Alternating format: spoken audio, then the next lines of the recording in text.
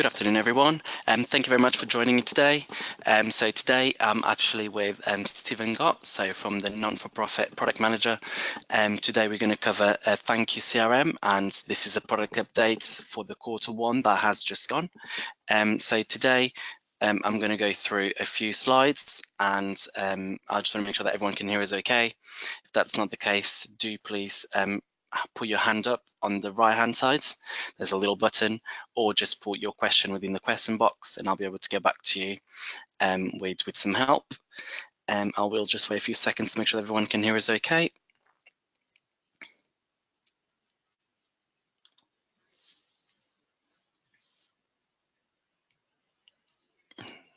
Seems to be okay. Everyone can hear us. I'm just going to put the volume up a little bit more. Perfect.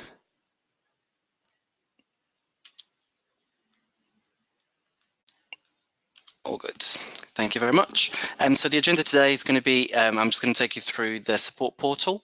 I won't actually go through that with everyone. I'll just send you a question after. And if you do want to go through the support portal on how to raise cases, I will then contact you directly just to go through that. We'll be going through Access Worlds, our biggest event this year, which will be in Wembley this year. I'll go through that in a few seconds, and then I'll pass you over to Stephen, which will give you a quick product update. We will have some questions at the end, and then a poll just to see how we're doing in general with these webinars. So in regards to the portal, I believe some of you are already signed up to the portal.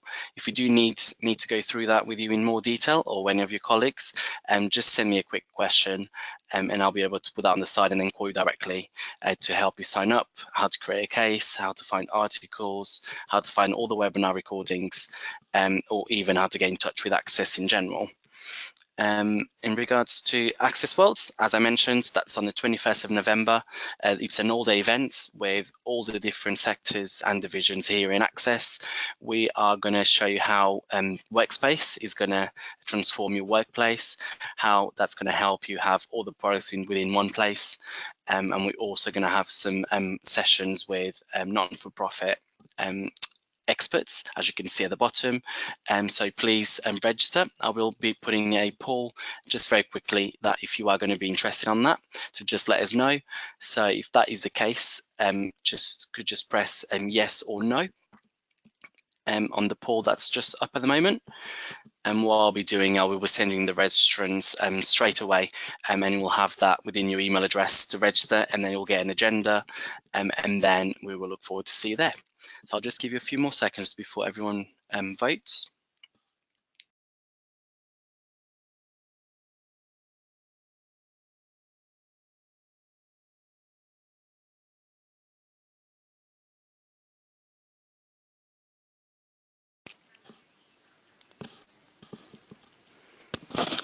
It's a lot of interest for Access Worlds. I will send you the link to your email address directly once we finish this session. So that's 90% of you that have voted. Thank you very much.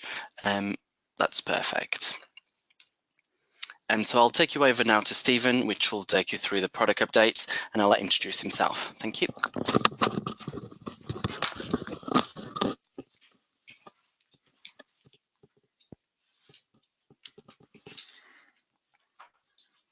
Hello, my name is Stephen Gott, product manager for ThankQ. I joined ThankQ back in 2000 as an application developer, and then I worked in project management for a long time, implementing the ThankQ solution. I moved across into this role in 2013 to head up the migrations to the new version. I report into Andy Campbell, who's our divisional head of product, and the idea of there's sometimes some confusion about what products do, and so we're trying to define what the solution should do, and then we'll work with development to realize that. So today we were just going to look at the work that we've been doing since the last webinar, and also what we've got coming up.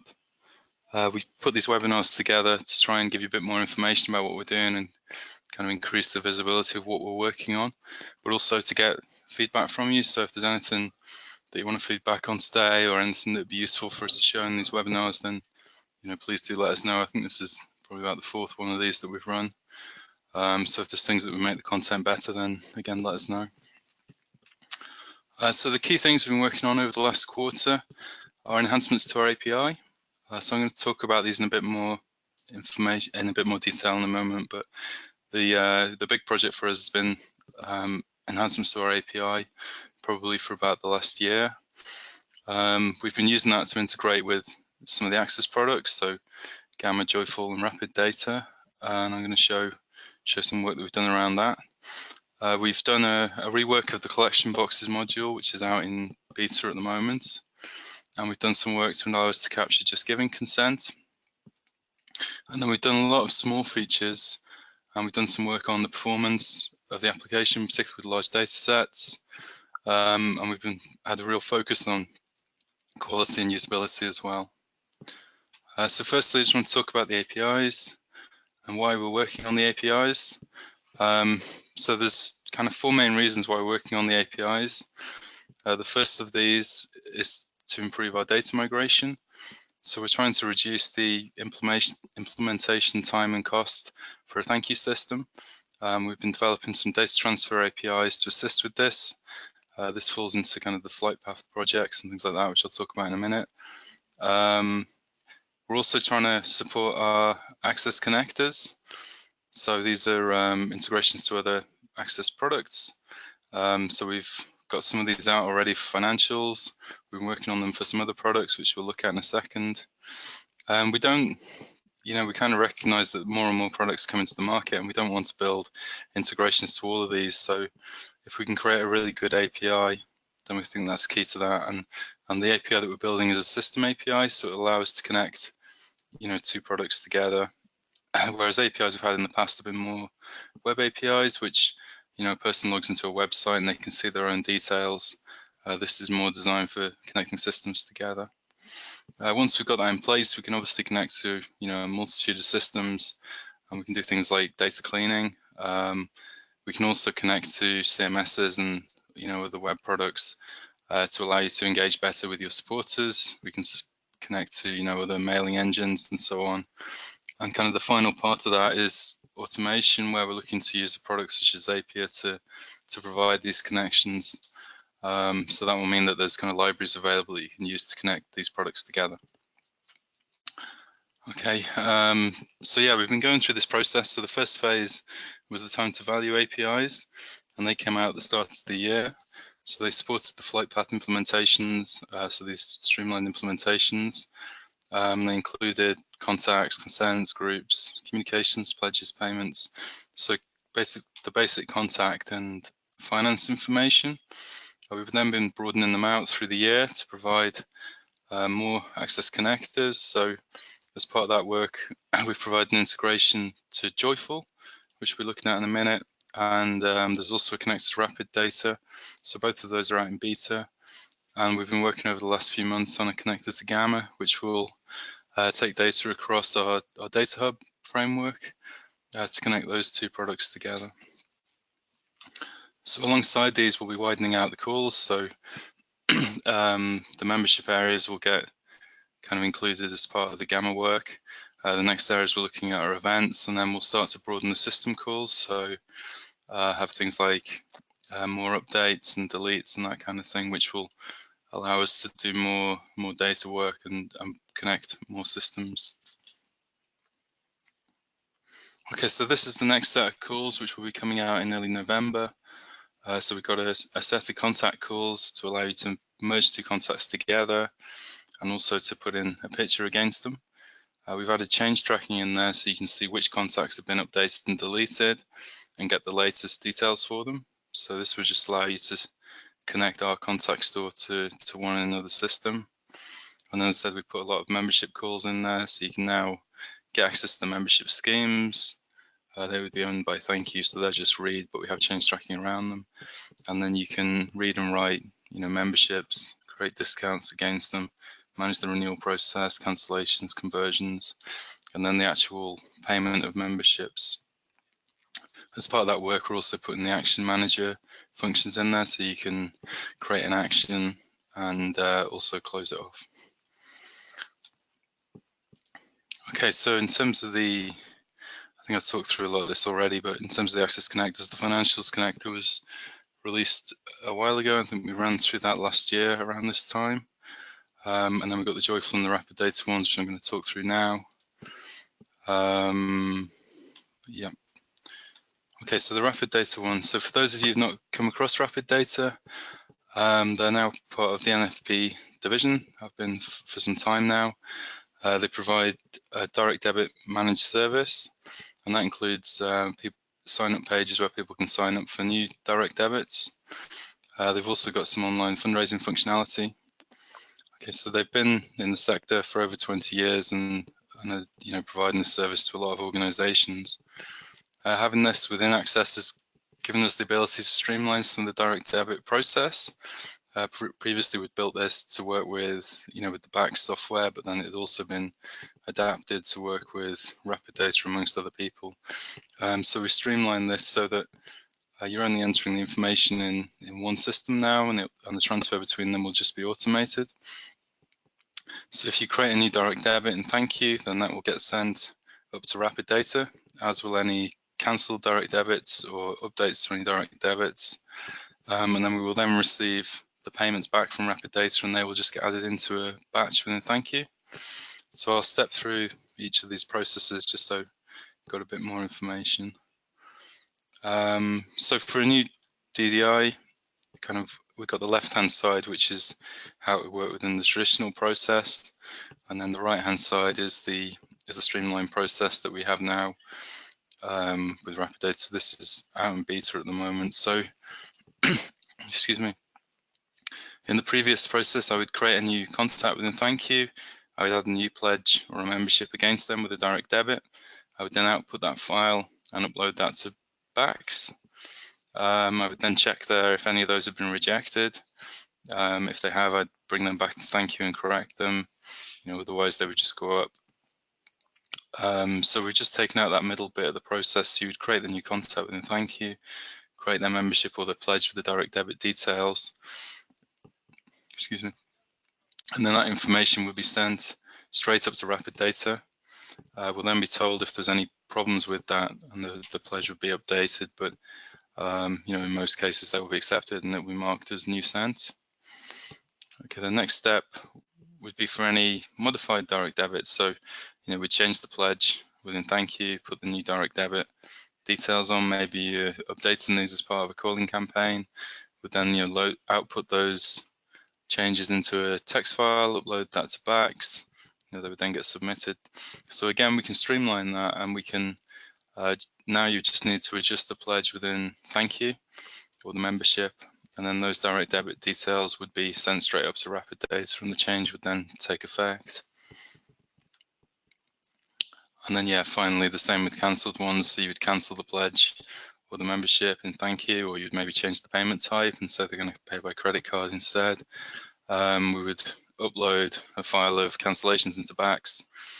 But again, you kind of get the picture, the same kind of thing. So you would cancel the pledge or the membership within ThankQ. We can then send those cancellations up to Rapid Data and automate that process. So you don't need to remember to do this on a kind of daily, weekly basis anymore. It will just, the information flow will just take place in the background automatically. And then, again, if the direct debits are cancelled directly at the bank, so if rather than calling you, the person just cancels direct debit at the bank, previously we would bring the ADAX file in and you would upload that and we'd update the pledges or the memberships, but we can just remove that process and we can just feed that information directly from Rapid Data now. So the person cancels at the bank, Rapid Data will be notified, and then we will get the notification from them. So it kind of works how you'd want it to, really, with the collections being managed within Rapid Data, and ThankQ really just taking a feed of that information for payments and so on that received, but we're pushing up new direct debits and amendments, so things are entered in the correct place and everything syncs together.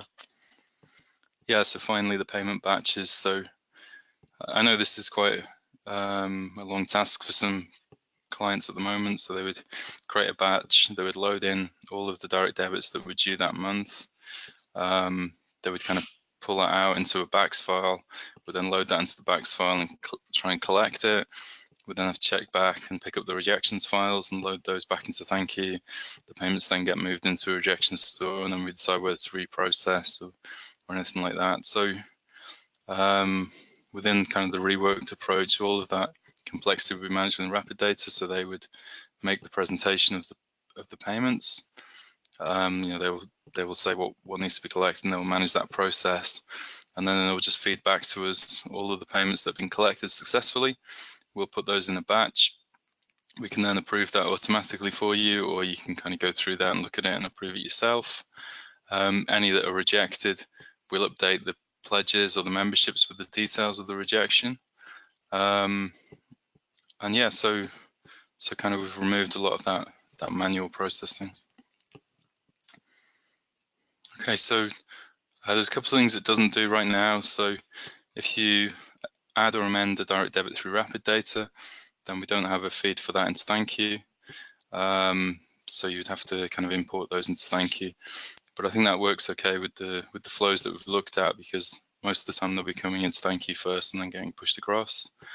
Also, ThankQ must be on Access Hosting, and that's just because it's using our API, and that's where that's available. We are looking at that in time, and that will become available probably for on-prem customers as well. And at the moment, we can only connect ThankQ to a single Rapid Data database. So if you're using multiples, then we'd need to look at that. Again, that's something that, if it's required, it's something that we'll look at in the future. Okay, so that was the Rapid Data integration.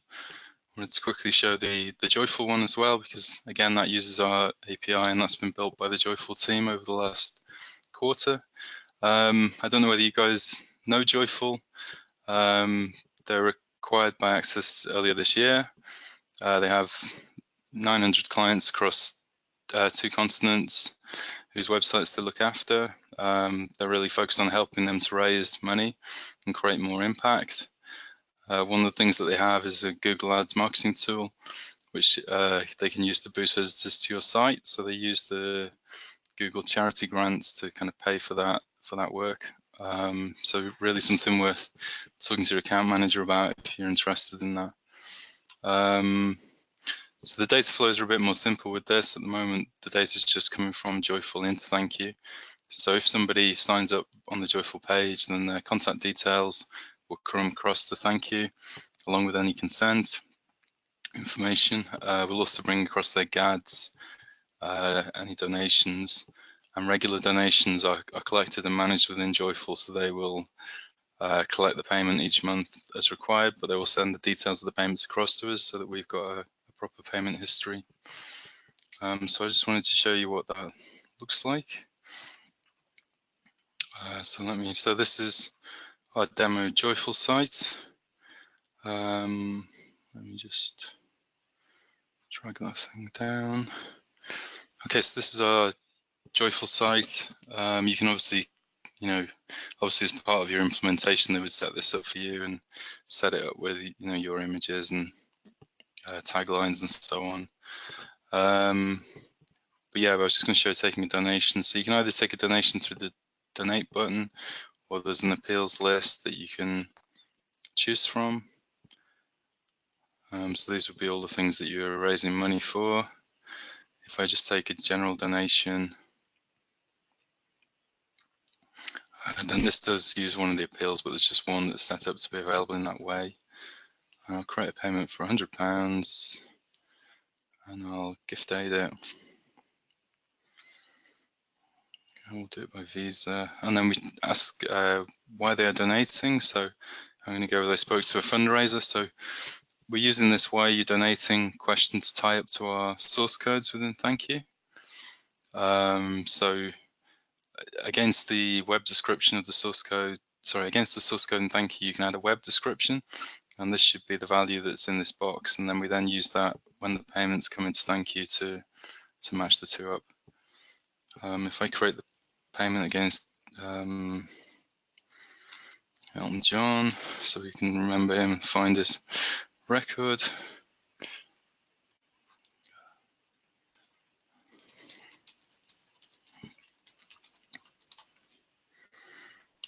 So this keeping in touch area will sync into our consents within ThankQ. So I'll show you how to set this up in a minute, but these are the purposes within ThankQ, and then you've got the methods. So we'll do this via email. We can then choose to add the processing fees. If I grab a test card from Stripe, because the payments are put through Stripe, then we'll put in a card number.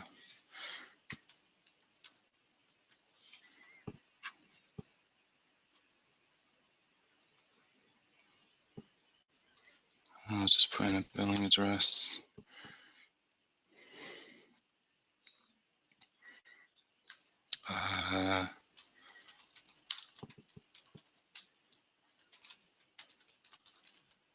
Oops.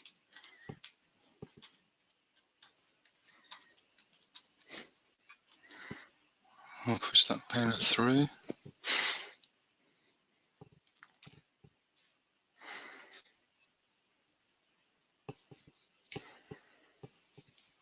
Okay, cool. And then I just wanted to show you quickly kind of how that's set up. So yeah, if you're interested in working with Joyful, obviously talk to your account manager and we can provide you with more information on this. I'm not really giving a demo of the Joyful platform so much, just the data flows between the two. So you have this manager console that comes as part of the platform. And within here we have all of the appeals. So if I go to this donate appeal, then there's just a code within here which ties to our ThankQ destination code.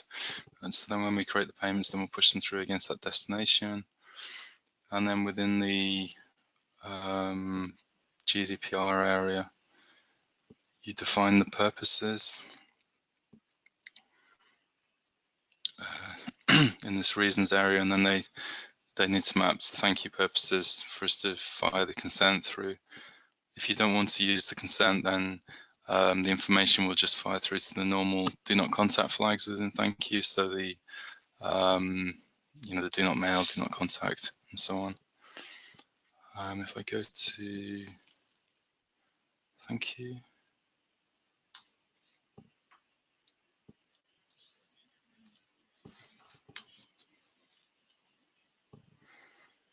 whoop.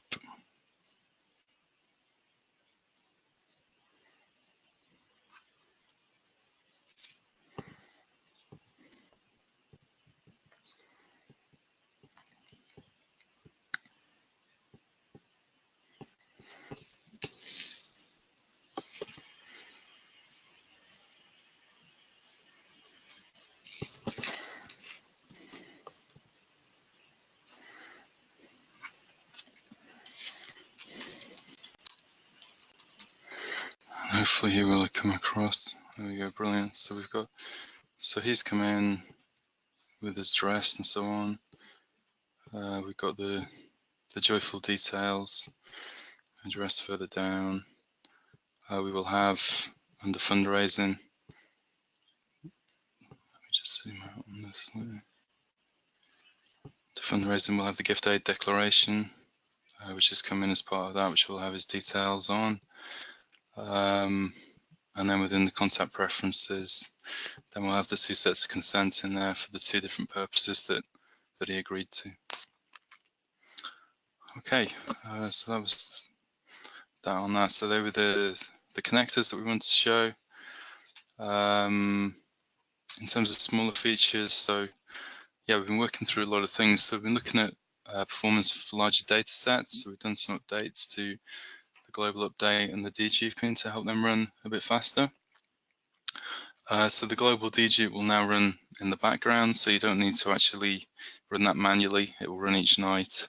So when you open up that screen, you can then just use it if you want to. If you do still want to use it, then you can do, and we've done some kind of tweaks to make that better.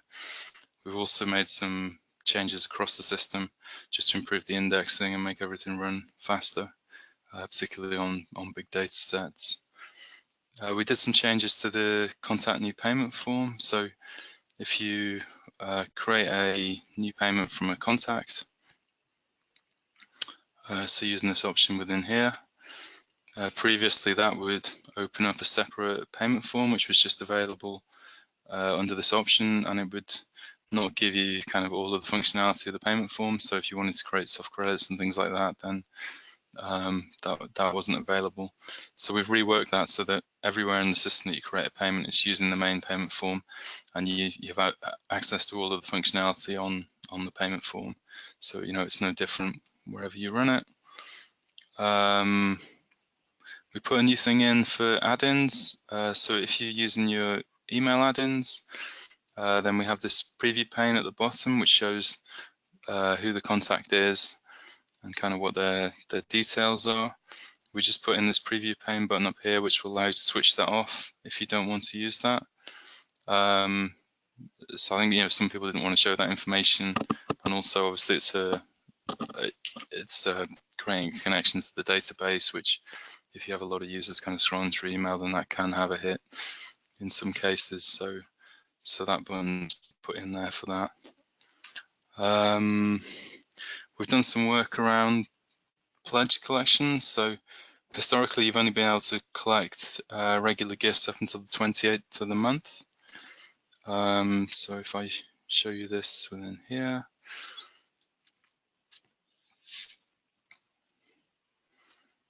we've put some new functionality within here. So now, if I create a new pledge, let me create one against Claire Abbott.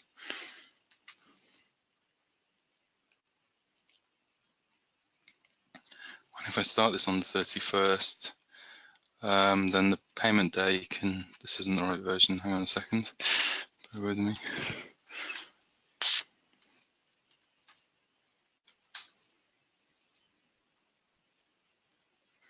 This is about to go out in the release this evening.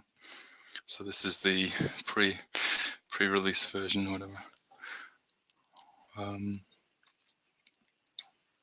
Yeah, so it will allow you to choose a day after the 28th now, and it will also allow you to set a flag to say last day, which will then just collect it on the last day of the month.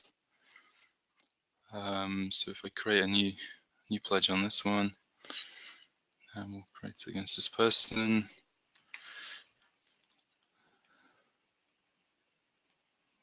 If we start it here, then it will set the payment day to the 31st. You can also say last day, which will just hide that day, but will collect it on the last day of the month. If I put in a payment type of cash, just so that we don't have to go through as much validation.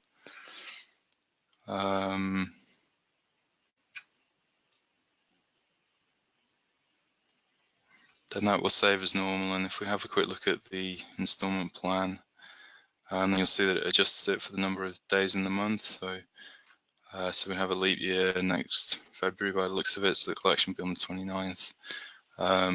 For other months it's on the 30th or 31st as appropriate. Okay, so forever, I think within ThankQ you've only been able to collect them up till the 28th, but you can collect that on later days now. The other thing, we've added a couple of other bits into the pledge form too. We had this write-off option, which you could only do on a single record, but we've widened that so that you can use the selection mechanism now. So you can search for a set of pledges, select the ones that you want to write off, and then you can hit that and it will write them all off. So we can see on this one that I've selected 5 pledges, but it's only saying there's 4 active pledges in the selection. I think that's because one of these will actually be a not active one, so it's already been written off. So like this one has been closed, so we can't write that off because it's already done, but we can do the active ones. So it will just ask you for the reason, as it would if you're doing a single one, and then when you save that, it will write all of those pledges off. Okay, web support options. So yeah, that under the help area, under here, we have this web support option. So that will now take you to our community page. Previously, I think that went to the old ThankQ site, but I don't think that's being used anymore. So that will now take you to the official Access community. We've added last logged in to the user entity so that you can report on that. So if you want to look at which of your users are actually logging into the software, that was data that we always captured, but it just wasn't available through the reporting tools. But we've added that to the user entity now, so you can now create yourself, a dashboard report if you want to do that.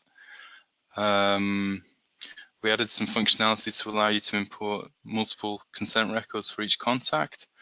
When we did the original GDPR import, you could only import a single consent record for each contact, and it would then, add that against the contact. But we recognized that people were collecting a lot of data offline, and somebody might have given consent and then revoked it, and so you might have a few transactions within there. So some changes were made a couple of releases ago to allow multiples to be imported. There was the just giving consent, which I'll talk about in a second. We've also done a beta release of the collection boxes module, so I can show that quickly. So this now appears under fundraising, and if people want access to this, we can make it available to them. Just let me know. So there's a new collection box form. It's really kind of a simplification of the module. So we have a new collection box form where you would register details of the box. So let me create a new one. So if you have a box ID that you use, then you can use that. Otherwise, we'll give it one. These are user definable lookups. So I'll put this in an individual box.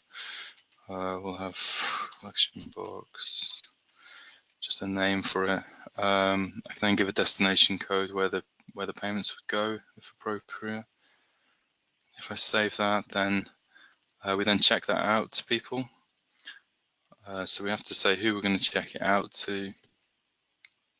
So I'll give it to Chris, and then we can give it an extra location if we want to. So we can say, at the Eastern chip shop. That will then mark that as checked out, and it will appear against their contact record. When I check it in, so when I get the box back, I can check it in, but then I can also enter the payment if I want to.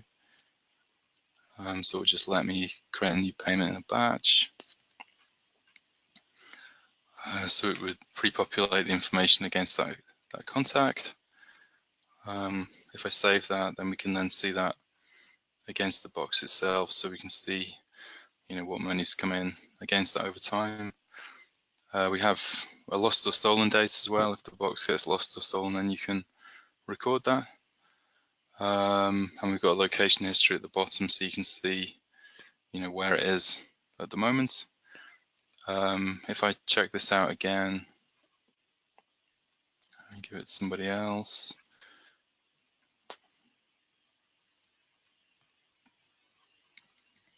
if the data is set up correctly, which might not be in this case, we can plot these on a map.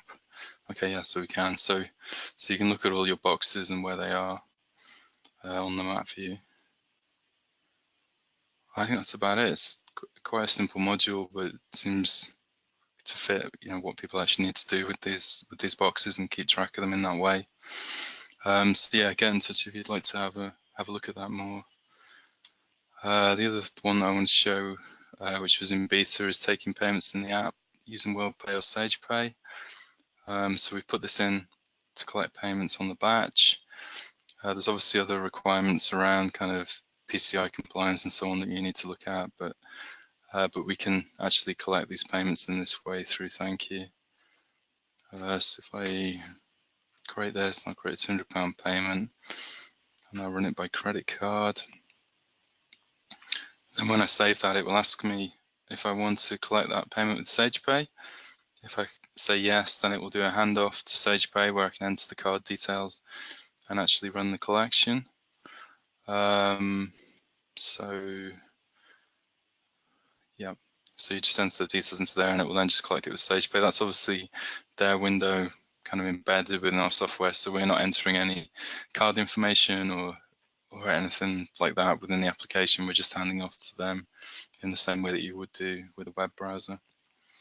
If for some reason I can't collect it at that point, then I can go and look at the actual payment form and collect it from there. And that will just kind of do the same thing. So this stuff has been put into throughout the software really where payments are taken. So it will hand off to that collection mechanism if it's enabled, or as I say, you can just collect them directly from the batch itself.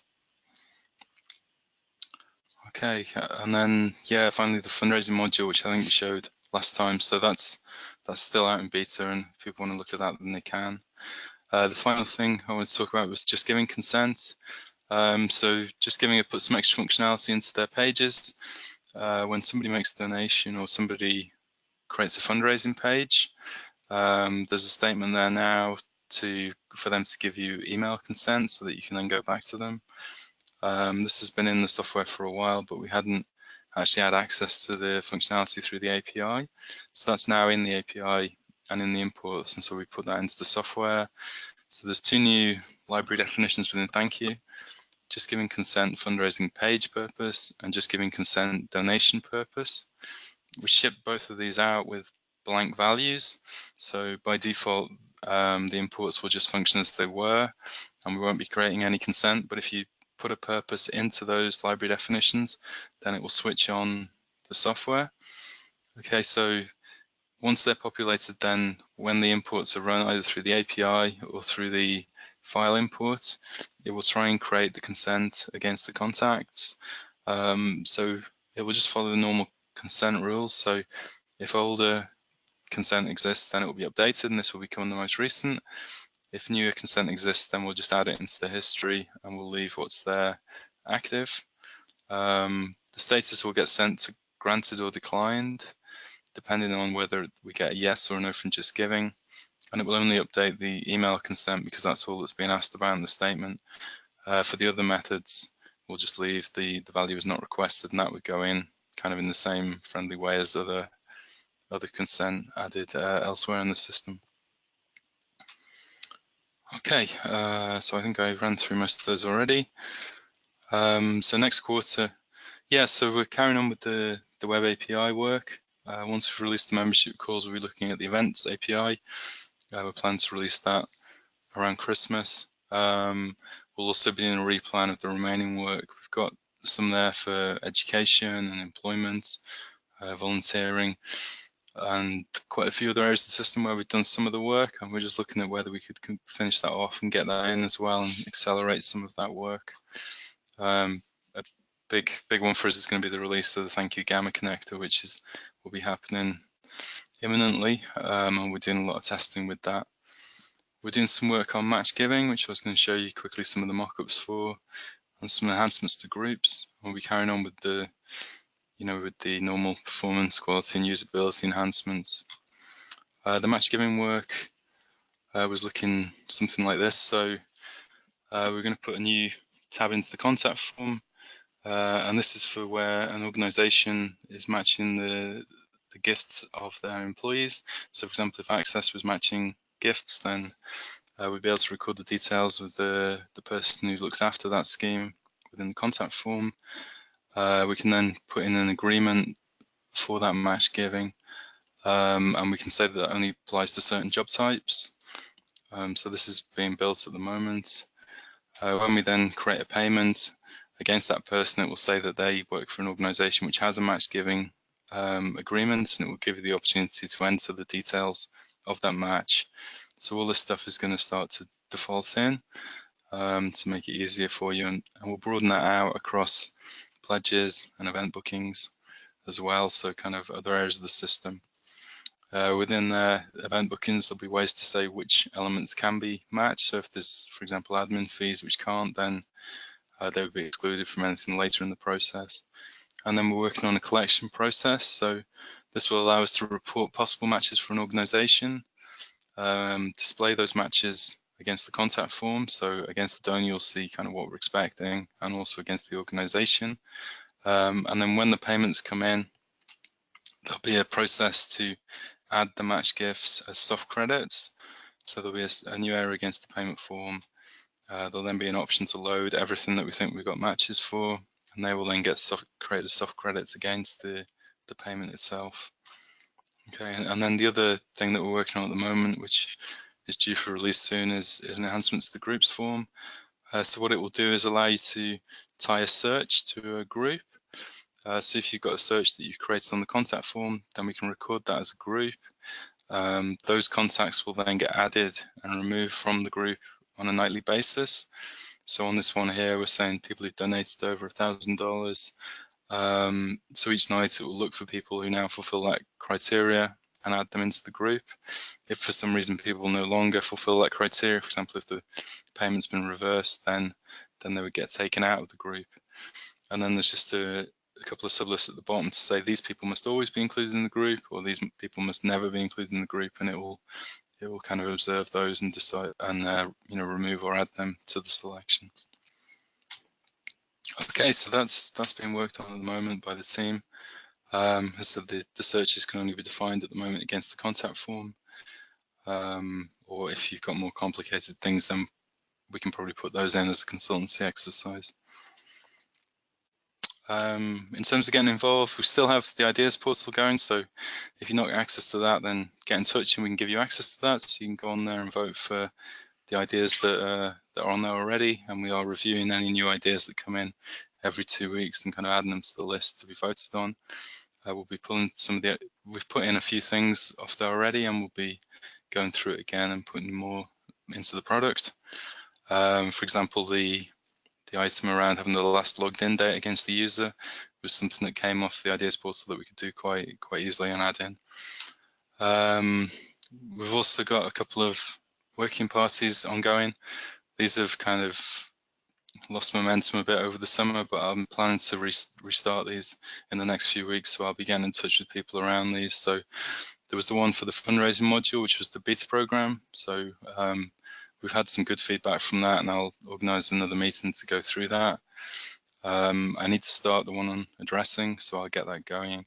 And then the data retention one, we've been looking at what we could do with that, and we've actually been kind of doing some work and building some functionality on how we could provide data cleaning tools. So again, I'll be getting that going, and I can show you what we're thinking about and get some feedback on that. Okay, I think that was all I had, so I'll hand back over. Thank you very much, Stephen. We didn't really have a lot of questions coming through, so I'll give you some options to do that now or either after we deliver the webinar. I'll just put a quick poll in just to obviously rate how the content and delivery was today. I'll put that up now just for a quick explanation. Anything between a 9 or a 10, it means that you actually would recommend the webinar to others. 7 or 8, the webinar was okay, but you not necessarily would recommend to others. And then anything below a 7 will be a detractor, which means you didn't find the webinar useful. And obviously, if you do pick one of these, if you could let me know how you would suggest us to improve the delivery or content, and that'll be really much appreciated. So I'll just leave the poll up for a few seconds.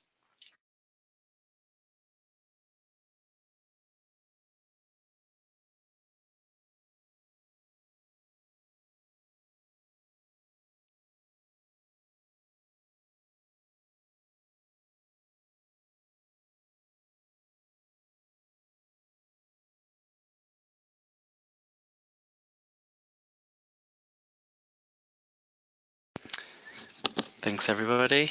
We've got just a few more that we're just waiting for.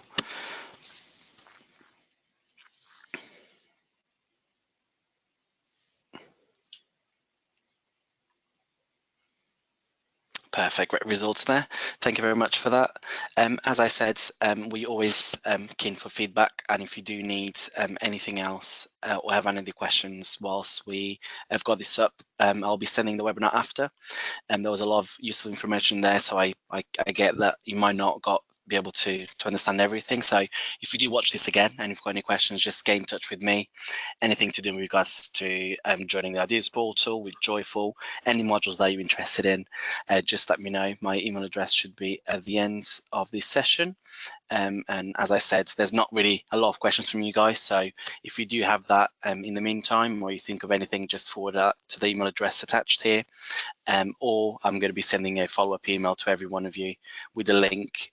So just reply to that and I'll be more than happy to get Stephen involved to answer these questions for you. Thanks, Stephen, for the presentation. It was very useful. Thanks, everyone, for joining, and I'll see you on the next webinar.